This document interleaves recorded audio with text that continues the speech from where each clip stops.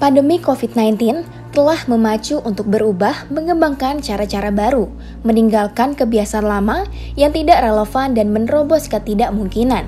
Kita dipaksa untuk membangun normalitas baru dan melakukan hal-hal yang dianggap tabu selama ini.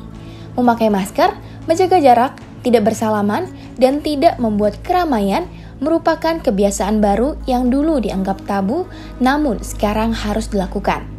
Di tengah dunia yang penuh disrupsi sekarang ini, karakter berani untuk berubah, berani untuk mengubah, dan berani untuk berkreasi hal-hal baru merupakan fondasi untuk membangun Indonesia maju. Pandemi telah mengajarkan untuk mencari titik keseimbangan antara kepentingan kesehatan dan kepentingan perekonomian. Dalam mengambil keputusan, pemerintah harus terus merujuk pada data, ilmu pengetahuan, dan teknologi terbaru. Pengetatan dan pelonggaran mobilitas masyarakat harus dilakukan paling lama setiap minggu dengan merujuk data-data terkini. Hal ini sering dikatakan sebagai kebijakan yang berubah-ubah atau tidak konsisten. Namun, itulah yang harus dilakukan untuk menemukan kombinasi terbaik antara kepentingan kesehatan dan kepentingan perekonomian masyarakat. Bapak, Ibu, dan saudara-saudara sebangsa dan setanah air. Perjalanan sejarah bangsa Indonesia telah melalui etapa-etapa ujian yang berat. Alhamdulillah, kita berhasil melampauinya. Kemerdekaan Republik Indonesia bukan diperoleh dari pemberian ataupun hadiah, tetapi kita rebut melalui perjuangan di semua medan. Perang rakyat, perang gerilya, dan diplomasi di semua lini dikerahkan, dan buahnya membuat Indonesia sebagai bangsa yang merdeka. Resesi dan krisis yang datang bertubi-tubi dalam perjalanan setelah Indonesia merdeka juga berhasil kita lampaui. Setiap ujian memperkokoh pondasi sosial, pondasi politik, dan pondasi ekonomi bangsa Indonesia. Setiap etapa memberikan pembelajaran dan sekaligus juga membawa perbaikan dalam kehidupan kita. Pandemi COVID-19 telah memacu kita untuk berubah, mengembangkan cara-cara baru, meninggalkan kebiasaan-kebiasaan lama yang tidak relevan, dan menerobos ketidakmungkinan. Kita dipaksa untuk membangun normalitas baru dan melakukan hal-hal yang dianggap tabu selama ini. Memakai masker, menjaga jarak, tidak bersalaman, dan tidak membuat keramaian adalah kebiasaan baru yang dulu dianggap tabu. Bekerja dari rumah, belajar daring, pendidikan jarak jauh, serta rapat dan sidang secara daring telah menjadi kebiasaan baru yang dulu kita lakukan dengan ragu-ragu. Di tengah dunia yang penuh disrupsi sekarang ini, karakter berani untuk berubah, berani untuk mengubah, dan berani untuk mengkreasi hal-hal baru merupakan fondasi untuk membangun Indonesia maju. Kita telah berusaha bermigrasi ke cara-cara baru di era revolusi industri 4.0 ini, agar bisa bekerja lebih efektif, lebih efisien, dan lebih produktif. Adanya pandemi COVID-19 sekarang ini, akselerasi inovasi semakin menyatu dalam keseharian kehidupan kita. Bapak, Ibu, dan saudara-saudara yang saya hormati. Selama 1,5 tahun diterpa pandemi telah terjadi penguatan yang signifikan dalam perilaku dan infrastruktur kesehatan kita, dan sekaligus penguatan kelembagaan nasional kita. Kesadaran, partisipasi, dan kegotong royongan masyarakat menguat luar biasa. Kelembagaan pemerintah lintas sektor dan lintas lembaga negara serta antara pusat dan daerah sampai dengan desa juga mengalami konsolidasi. Hal ini membuat kapasitas sektor kesehatan meningkat pesat. dan semakin mampu menghadapi ketidakpastian yang tinggi dalam pandemi. Dari sisi masyarakat, kesadaran terhadap kesehatan semakin tinggi, kebiasaan mencuci tangan, memakai masker, dan menjaga jarak telah menjadi kesadaran baru. Gaya hidup sehat, menjaga kebersihan lingkungan, berolahraga dan mengkonsumsi makanan yang bernutrisi terasa semakin membudaya. Hal ini merupakan modal besar untuk menuju masyarakat yang lebih sehat dan dalam pengembangan SDM yang berkualitas. Kesadaran dan antusiasme masyarakat untuk divaksin, memperoleh layanan kesehatan, memperoleh pengobatan, serta saling peduli untuk yang semakin tinggi. Pandemi telah mengajarkan bahwa kesehatan adalah agenda bersama. Pandemi telah menguatkan institusi sosial di masyarakat dan semakin memperkuat modal sosial kita. Jika ingin sehat, warga yang lain juga harus sehat. Jika ada seseorang yang tertular COVID-19, maka hal ini akan membawa resiko bagi yang lainnya. Penyakit adalah masalah bersama dan menjadi sehat adalah agenda kita bersama. Kapasitas kelembagaan negara dalam merespon pandemi juga semakin terkonsolidasi dan bekerja semakin responsif. Kita tahu bahwa pandemi harus ditangani secara cepat dan terkonsolidasi dengan merujuk kepada data, ilmu pengetahuan, dan teknologi. Kita juga paham bahwa praktek demokrasi, akuntabilitas, dan tata kelola yang baik harus dijunjung tinggi. Kerjasama antar lembaga serta kepemimpinan yang responsif dan konsolidatif menjadi kunci dalam menangani pandemi. Sejak awal pandemi, lembaga legislatif dan lembaga pemeriksa memberikan dukungan kepada pemerintah untuk cepat mengkonsolidasikan kekuatan fiskal.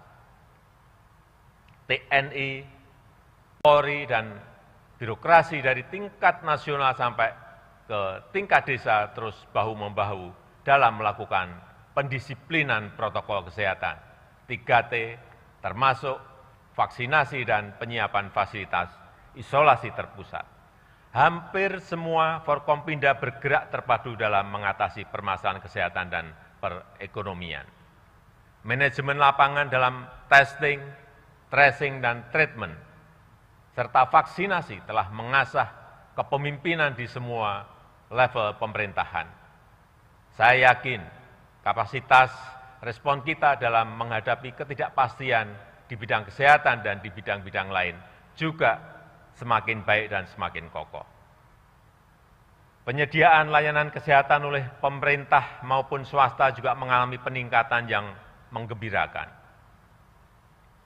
Layanan kesehatan di banyak daerah bertambah cukup signifikan, baik dalam hal penambahan kapasitas tempat tidur maupun fasilitas pendukungnya. Yang sangat mengharukan dan membanggakan adalah kerja keras dan kerja penuh pengabdian dari para dokter, para perawat, dan tenaga kesehatan yang lainnya. Kemandirian industri obat, vaksin, dan alat-alat kesehatan masih menjadi kelemahan serius yang harus kita pecahkan. Tetapi pandemi telah mempercepat pengembangan industri farmasi di dalam negeri, termasuk pengembangan vaksin merah putih dan juga oksigen untuk kesehatan. Ketersediaan dan keterjangkauan harga obat akan terus kita jamin dan tidak ada toleransi sedikit pun terhadap siapapun yang mempermainkan misi kemanusiaan dan kebangsaan ini. Selain itu, pemerintah bekerja keras mengerahkan semua sumber daya demi mengamankan pasokan kebutuhan vaksin nasional. Namun, pada saat yang sama, Indonesia juga terus memperjuangkan kesetaraan akses terhadap vaksin untuk semua bangsa. Sebab perang melawan COVID-19 tidak akan berhasil jika ketidakadilan akses terhadap vaksin masih terjadi. Melalui diplomasi vaksin inilah kita telah menunjukkan kepada dunia bahwa Indonesia berperan aktif untuk ikut melaksanakan ketertiban dunia yang berdasarkan kemerdekaan, perdamaian abadi, dan keadilan sosial. Bapak, Ibu, dan saudara-saudara yang saya muliakan, walaupun kita sangat berkonsentrasi dalam menangani permasalahan kesehatan, tetapi perhatian terhadap agenda-agenda besar menuju Indonesia maju tidak berkurang sedikit pun. Pengembangan SDM berkualitas tetap menjadi prioritas. Penyelesaian pembangunan infrastruktur yang memurahkan logistik untuk membangun dari pinggiran dan mempersatukan Indonesia terus diupayakan. Reformasi struktural dalam rangka memperkuat pembangunan ekonomi yang inklusif dan berkelanjutan tetap menjadi agenda utama. Pandemi telah mengajarkan kepada kita untuk mencari titik keseimbangan antara gas dan rem, keseimbangan antara kepentingan kesehatan dan kepentingan perekonomian. Dalam mengambil keputusan, pemerintah harus terus merujuk pada data, serta kepada ilmu pengetahuan dan teknologi terbaru.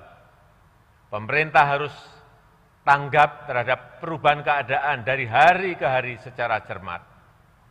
Tujuan dan arah kebijakan tetap dipegang secara konsisten, tetapi strategi dan manajemen lapangan harus dinamis, menyesuaikan permasalahan dan tantangan. Pengetatan dan pelonggaran mobilitas masyarakat misalnya harus dilakukan paling lama setiap minggu dengan merujuk pada data-data terkini. Mungkin hal ini sering dibaca sebagai kebijakan yang berubah-ubah atau sering dibaca sebagai kebijakan yang tidak konsisten. Justru itulah yang harus kita lakukan untuk menemukan kombinasi terbaik antara kepentingan kesehatan dan kepentingan perekonomian masyarakat. Karena virusnya yang selalu berubah dan bermutasi, maka penanganannya pun juga harus berubah sesuai dengan tantangan yang dihadapi. Pengetatan mobilitas yang tidak bisa dihindari ini membuat pemerintah harus memberikan bantuan sosial yang lebih banyak dibanding pada situasi normal. Program Keluarga Harapan PKH, kartu sembako, diskon listrik, subsidi gaji, bantuan produktif usaha mikro, bantuan sosial tunai, BLT dana desa, dan program kartu prakerja juga terus ditingkatkan.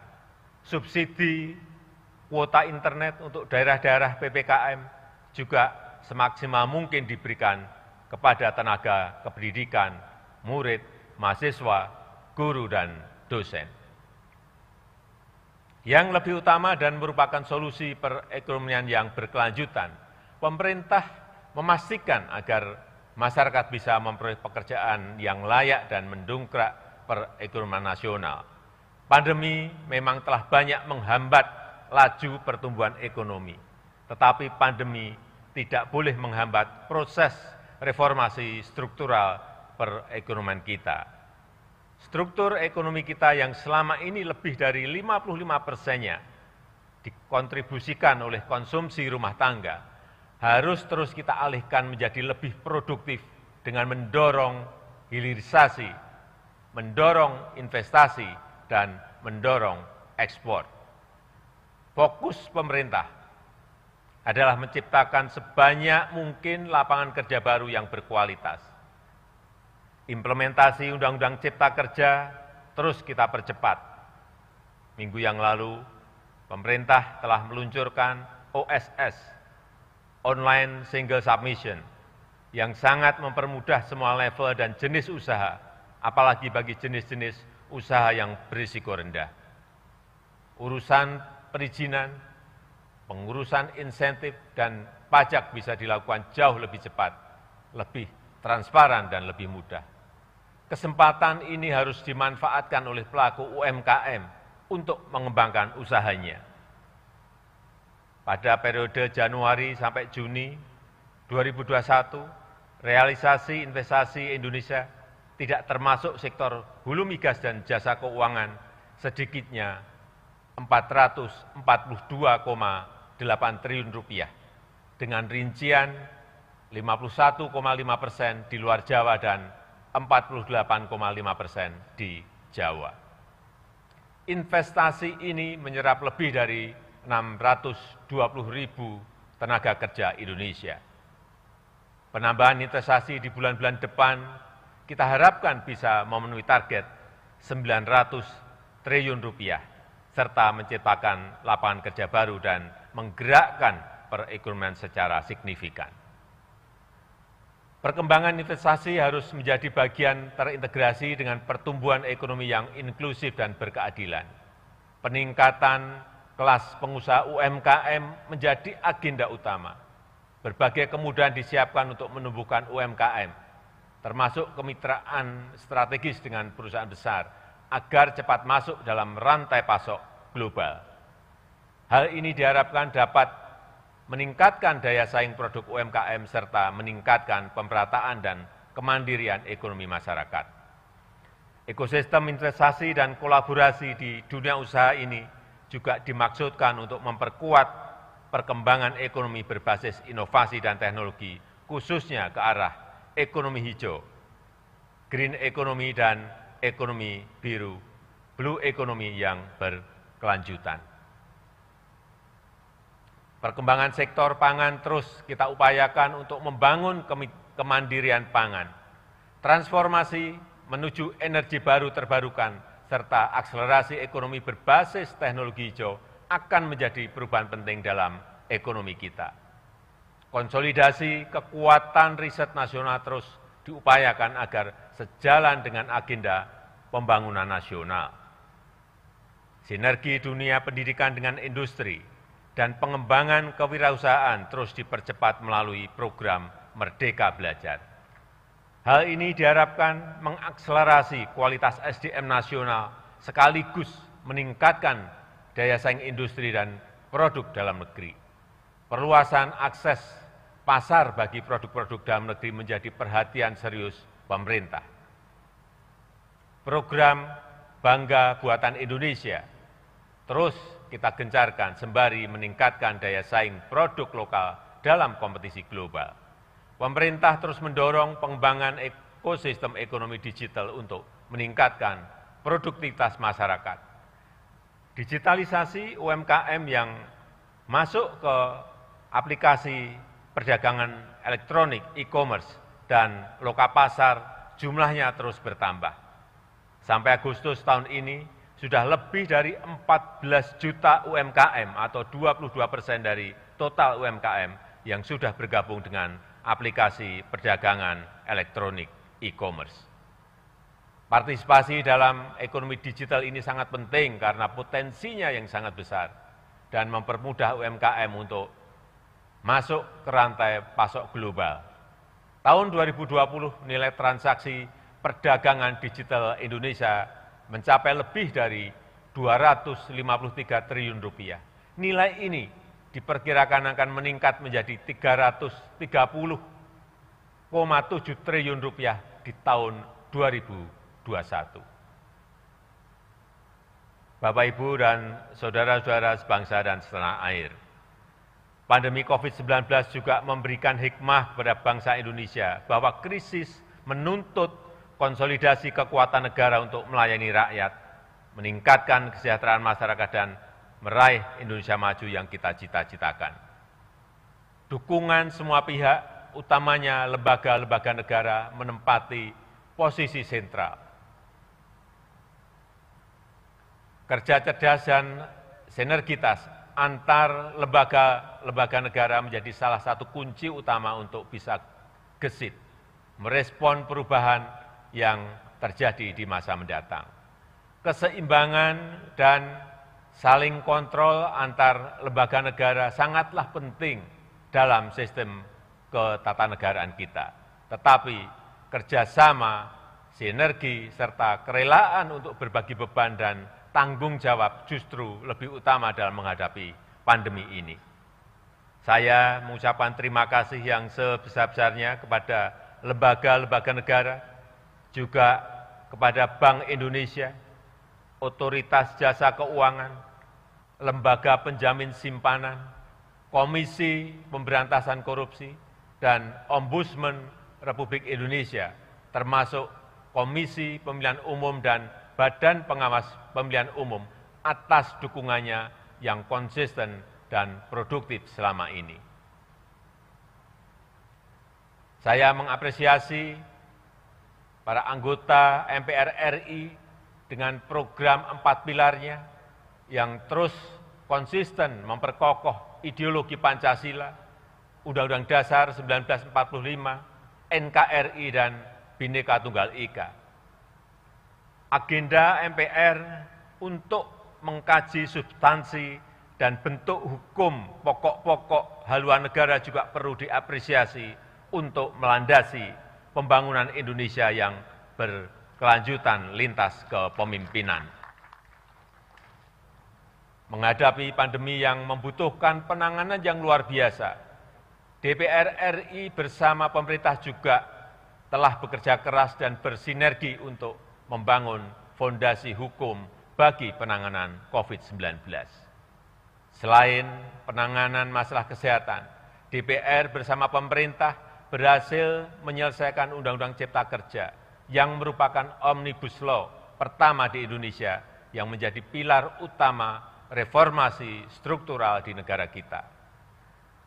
Selain itu, dengan berbagai macam inovasi, DPR terus melakukan penjaringan aspirasi masyarakat dan menjalankan pengawasan terhadap pelaksanaan program-program pemerintah.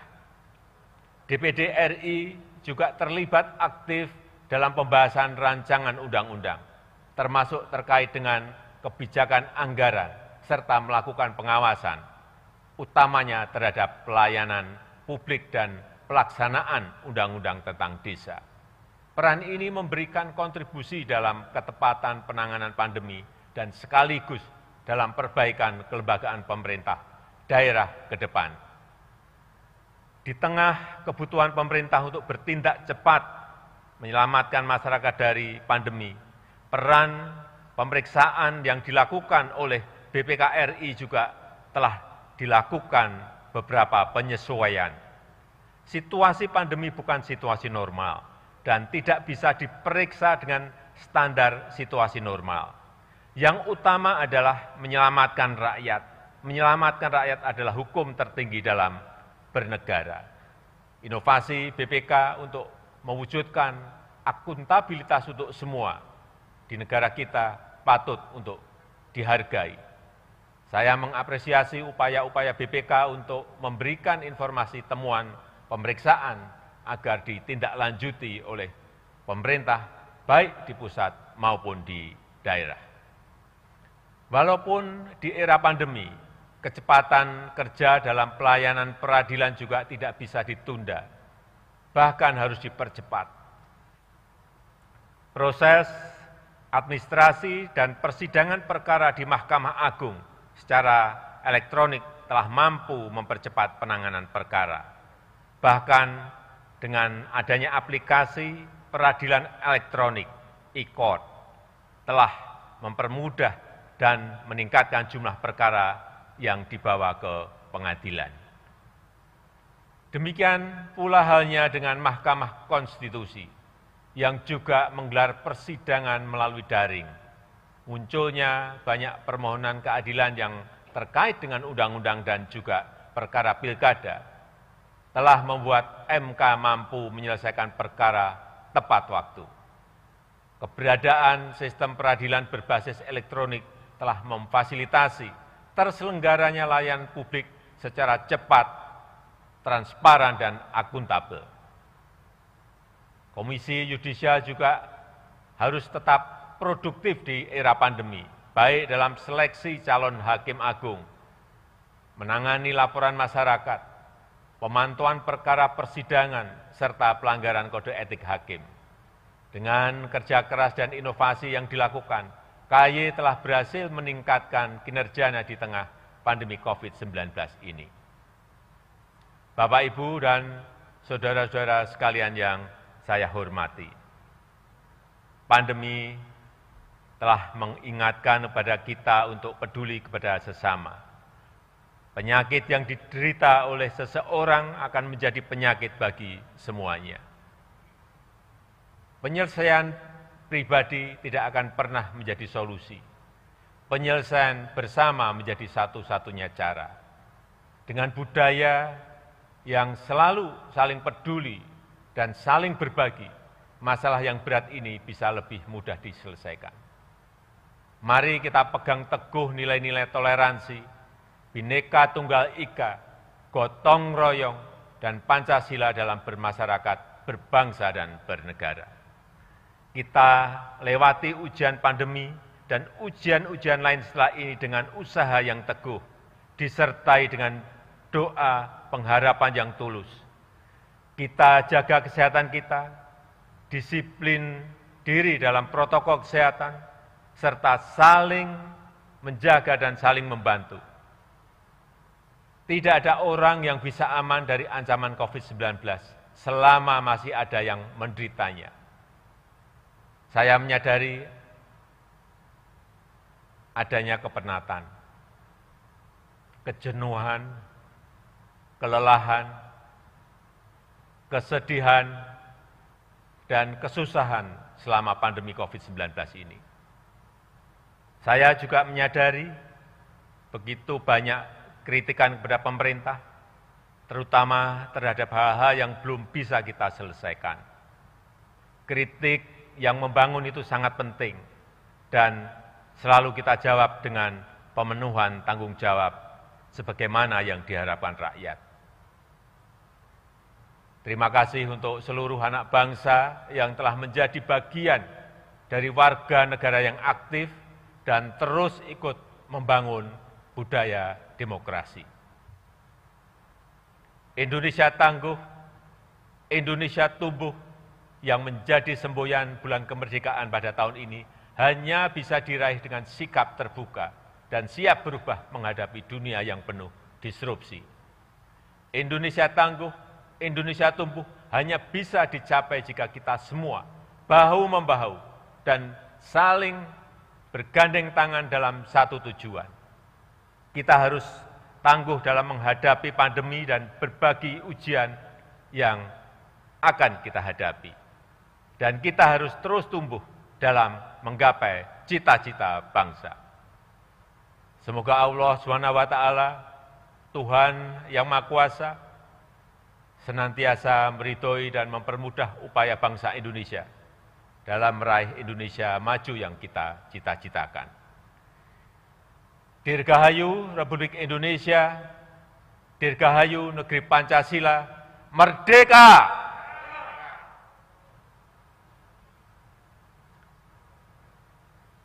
Busana yang saya pakai ini adalah pakaian adat suku Baduy.